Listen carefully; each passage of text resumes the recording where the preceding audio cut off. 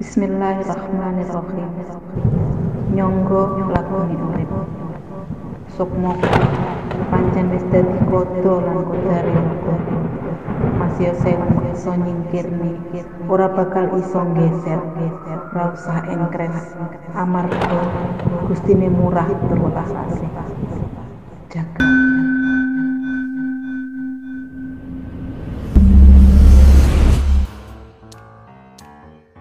Selamat datang kembali di Nasura channel YouTube. Saya Nasura akan membacakan cerita yang saya tulis sendiri dengan akun Twitter Nasura101 dengan judul Jagrak, based on true story. Sebelum masuk ke cerita, jangan lupa di like, subscribe, dan share video ini agar kami bisa berkembang. Kita langsung masuk ke cerita. Selamat mendengarkan. Seperti yang sudah kita ceritakan, Nyai Sapu Jagat tertangkap basah telah melanggar pantangannya. Sapu Jagat langsung berlutut, wajahnya tertunduk. Dia tidak berani mengangkat kepalanya. Dia merapikan bajunya, kemudian berkata, masih sambil menunduk. Pinten-pinten lepat kulo nyuwun gungi samudra pangasami. Sepindah kulo ngaturaken sembah bekti kulo mugi kunjuk.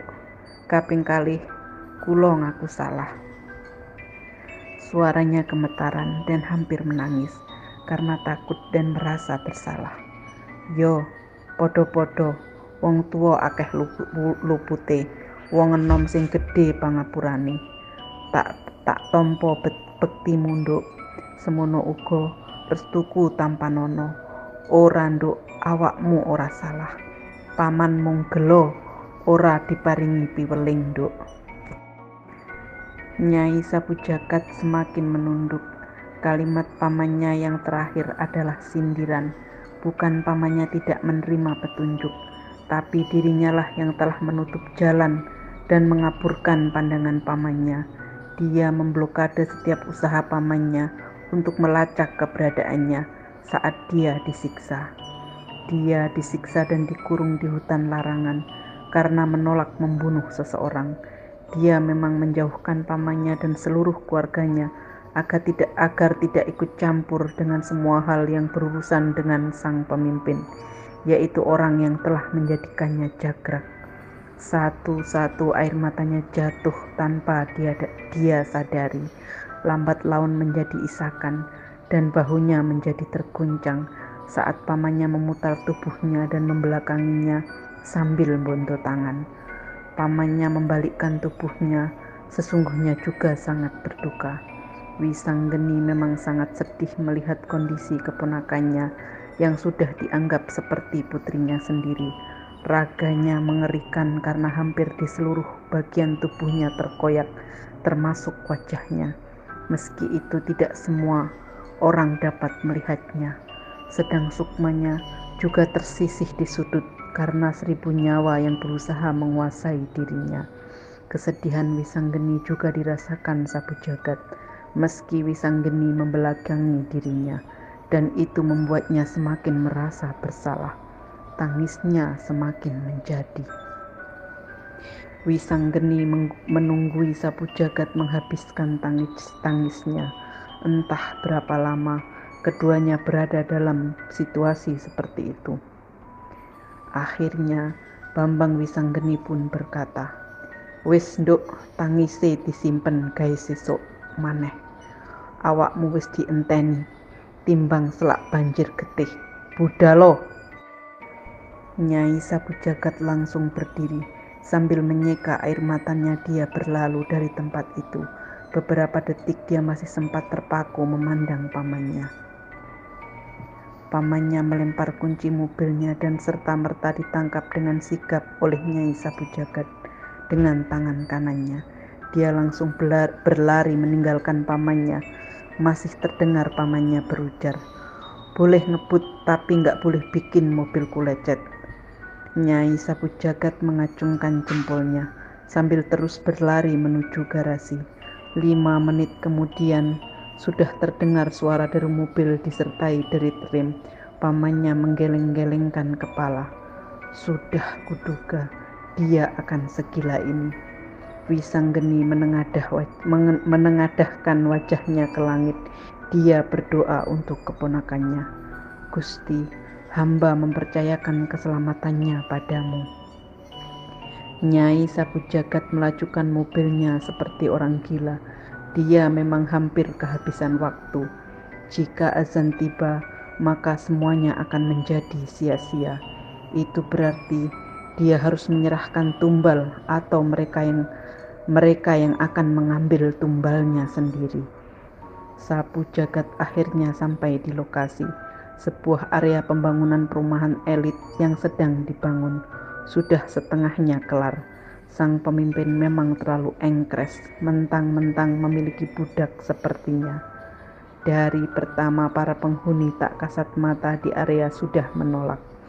Sudah banyak jatuh korban, namun sang pemimpin selalu bilang pada pemilik proyek, tidak apa-apa, teruskan saja. Dan ini benar-benar membuat Sapu Jagat geram. Memang di mata sang pemimpin nyawa manusia tiada harganya. Nyai Sapu Jagat melajukan mobilnya masuk ke dalam area tersebut. Mobilnya melaju sangat cepat bagai angin. Rem mobil berderit melengking saat dia menghentikan mobilnya secara mendadak. Mobil itu berputar-putar searah jarum jam, beberapa kali putaran sebelum akhirnya berhenti. Detik selanjutnya dia menghela nafas panjang berkali-kali dan menghembuskannya. Dia berusaha menguasai dirinya. Saat dia sudah tenang, tanpa dia sadari, mobilnya telah dikepung. Rupanya dia telah menduganya. Wajahnya sama sekali tidak terkejut. Dia berhenti secara mendadak karena memang dia dihadang ribuan orang-orang yang hanya dirinya lah yang mampu melihatnya. Penghuni tak kasat mata dari area tersebut, wajah mereka menyeramkan, beku dan pucat pasi. Mereka berdiri mematung mengitari mobil Sapu Jagat. Nyai Sapu Jagat mengambil sesuatu dari balik bajunya. Ternyata daun kering. Daun kering yang dibawanya dari hutan larangan. Pelan-pelan dia membuka pintu mobilnya. Pertama-tama yang dia keluarkan adalah tangan kanannya. Tangan yang memegang daun kering yang dibawa dari hutan larangan. Dia mengacungkan daun kering itu setinggi-tingginya sambil pelan-pelan dia keluar dari mobil. Anda semua sudah mendapat izin untuk tinggal di hutan larangan dengan syarat Anda akan mengikuti tata krama di sana. Wajah-wajah menyeramkan, beku dan pucat pasi itu tidak bereaksi apapun.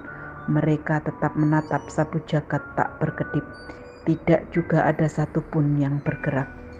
Saya sendiri yang akan mengantar Anda semua dari sini hari ini setelah lewat tengah malam. Bersamaan dengan selesainya kalimat yang diucapkan Nyai Sapu Jagat, terdengar suara tarhim sayup-sayup dari kejauhan. Satu-satu mereka yang mengepungnya beringsut dari tempat itu, menjauh dan hilang di kegelapan. Nyai Sapu Jagat terlihat sedikit lega dan bersandar pada mobilnya. Dimasukkannya kembali daun kering itu ke balik bajunya. Dia masih nampak tegang, entah apa yang dipikirkannya. Dia hanya merasa tempat ini masih belum aman hingga dia memindahkan seluruh penghuninya ke hutan larangan. Sapu Jagat mondar-mandir, nampak dia berpikir keras. Entah berapa lama dia seperti itu. Akhirnya dia masuk kembali ke dalam mobilnya, menghidupkan mobilnya lalu memutar mobilnya dan meninggalkan area tersebut. Dia memacu mobilnya dengan kecepatan penuh. Tujuannya hanya satu, secepatnya menemui gurunya. Jalanan kota B memang masih sepi karena memang azan subuh baru saja berkumandang. Mobil yang dikemudikannya memasuki pelataran masjid ketika gurunya baru saja selesai ngimami. Sapu Jagat keluar dari mobilnya dan langsung menekuk lututnya. Gurunya tersenyum tipis. Jelas sekali gurunya berusaha menyembunyikan duka hatinya. Namun bola matanya tidak bisa berbohong. Laki-laki paruh baya ini langsung memegang bahu muridnya. Beliau membimbing Sapu Jagat untuk berdiri. Pulanglah, bersihkan dirimu dan beristirahatlah. Anggap saja masalahmu sudah selesai. Nyai Sapu Jagat nampak bingung mendengar penuturan gurunya. Namun senyumnya mengembang saat dilihatnya pemilik penjaga gaib keluar dari beranda masjid. Jadi paman ada di sini. Wajah Nyai Sapu Jagat benar-benar sumringah. Pemilik penjara gaib telah berada di antara mereka sebelum Nyai Sapu Jagat menyelesaikan kalimatnya. "Iya, aku berada di sini untuk membantumu," jawabnya singkat, senyumnya nampak meledek. Suasana hati Nyai Sapu Jagat yang tadi tegang dan kalut menjadi sedikit mencair melihat pemilik penjara gaib tersenyum meledek. Entah kapan dia terakhir melihat senyum itu, karena sudah sangat lama dia tidak melihatnya tersenyum seperti itu. Setiap kali beliau menemuinya, wajahnya selalu beku dan tanpa ekspresi. "Pulanglah, urus dirimu dan beristirahatlah. Aku dan gurumu yang akan menjaga area itu. Akan aku pastikan tidak ada lagi korban berikutnya." Nyai Sapu Jagat nampak tercenung mendengar penuturan pemilik penjara gaib. Namun senyumnya mengembang saat gurunya mengangguk pasti meyakinkannya. Selanjutnya gurunya berkata, "Datanglah setelah lewat tengah malam. Kita akan selesaikan semuanya malam ini." Nyai Sapu Jagat nyaris memeluk gurunya saking girangnya. Namun diurungkannya saat dia melirik wajah sang pemilik penjara gaib. Dia mundur lagi, canggung. Dia mengangguk hormat. Setelah berpamitan, dia meninggalkan tempat itu.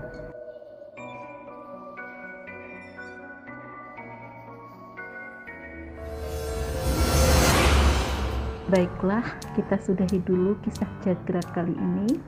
Bersambung ke episode berikutnya. Terima kasih yang sudah mendengarkan. Sampai berjumpa kembali di video berikutnya. Terima kasih.